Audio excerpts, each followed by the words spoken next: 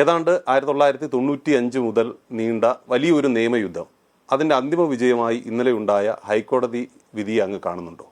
ഞാൻ ആ നിയമക്കുരുക്കിൽ നിന്ന് രക്ഷപ്പെട്ട ഒരു സുദിനമായിട്ടാണ് ഇന്നലത്തെ ദിവസത്തെ ഞാൻ കാണുന്നത്. ഇത്രയും നീണ്ട വർഷം മനസ്സിനെ മതിച്ച ഒരു ചങ്ങലക്കെട്ടായിരുന്നു ആ കേസ്.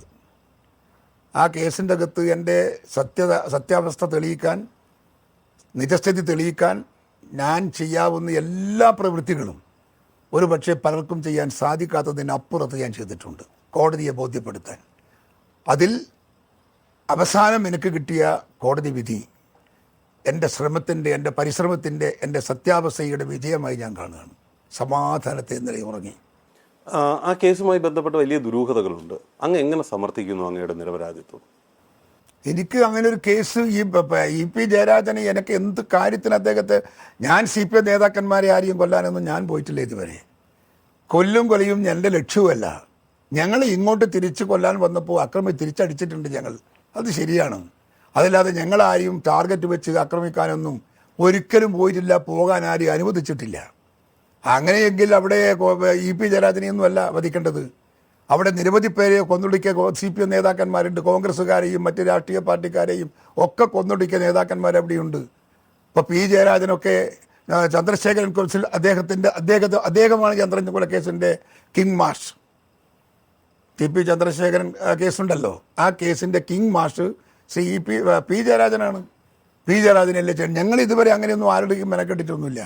പക്ഷെ അങ്ങനെ ഒരാളെ ഇല്ലാത്ത കേസിൻ്റെ അകത്ത് കടങ്കഥയുണ്ടാക്കി അതിൽ പ്രതിയാക്കാൻ ശ്രമിച്ച് കല്ലറക്കുള്ളിൽ അടക്കാൻ ശ്രമിച്ച CPMൻ്റെ ഇ.പി. ജയരാജൻ്റെ ദുഷ്ടലാക്കിനെതിരെയുള്ള പോരാട്ടത്തിൻ്റെ സമാപനമാണ് ഇന്നലെ.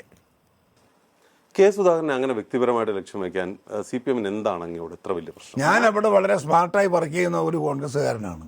ചെറുപ്പം മുതലേ സംഘടനാ രംഗത്ത്, പാർട്ടി പ്രവർത്തന രംഗത്ത് 9 വയസ്സ് മുതൽ ഞാൻ പാർട്ടി പ്രവർത്തന രംഗത്ത് പ്രവർത്തിക്കുന്ന ഒരാളാണ്.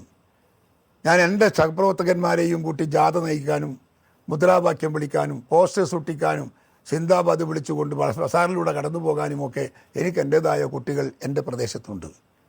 ഞാൻ അങ്കമാലിയിൽ ആ പ്രശ്നം നടന്നില്ലേ, ഫ്ലോറിയുടെ ഗർഭിണി ഫ്ലോറി മരിച്ചത്, ആ സമയത്ത് 9-9.5 വയസ്സുള്ള ഞാൻ 10-25 ചെറുപ്പക്കാരായ കുട്ടികളെയും കൂട്ടി ഞാൻ ജാഥ നയിച്ചവനാണ്.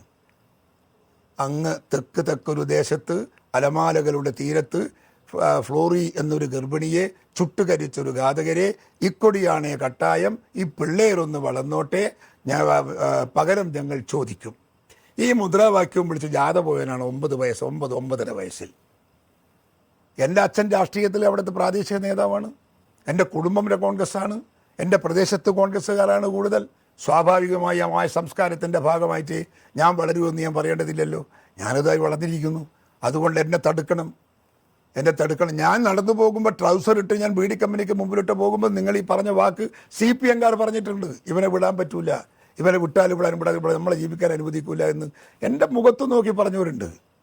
നിങ്ങൾ പറഞ്ഞത് വളരെ യാഥാർത്ഥ്യ. അന്ന് മുതൽ അവരെന്നെ ഭയപ്പെടുന്നു. ഇവൻ വളർന്നാലെന്താ, ഇവൻ വലുതായാലെന്താ, അന്ന് മുതൽ എന്നെ ഒതുക്കാനും എന്നെ അമർക്കാനും ശ്രമിക്കുന്ന ഒരു രാഷ്ട്രീയ പ്രവർത്തന ശൈലി CPM കേരളത്തിൽ എവിടെയെങ്കിലും എടുത്തിട്ടുണ്ടെങ്കിൽ അതെൻ്റെ പ്രദേശത്താണെന്ന് എനിക്ക് ഉറപ്പിച്ച് പറയാൻ പറ്റും.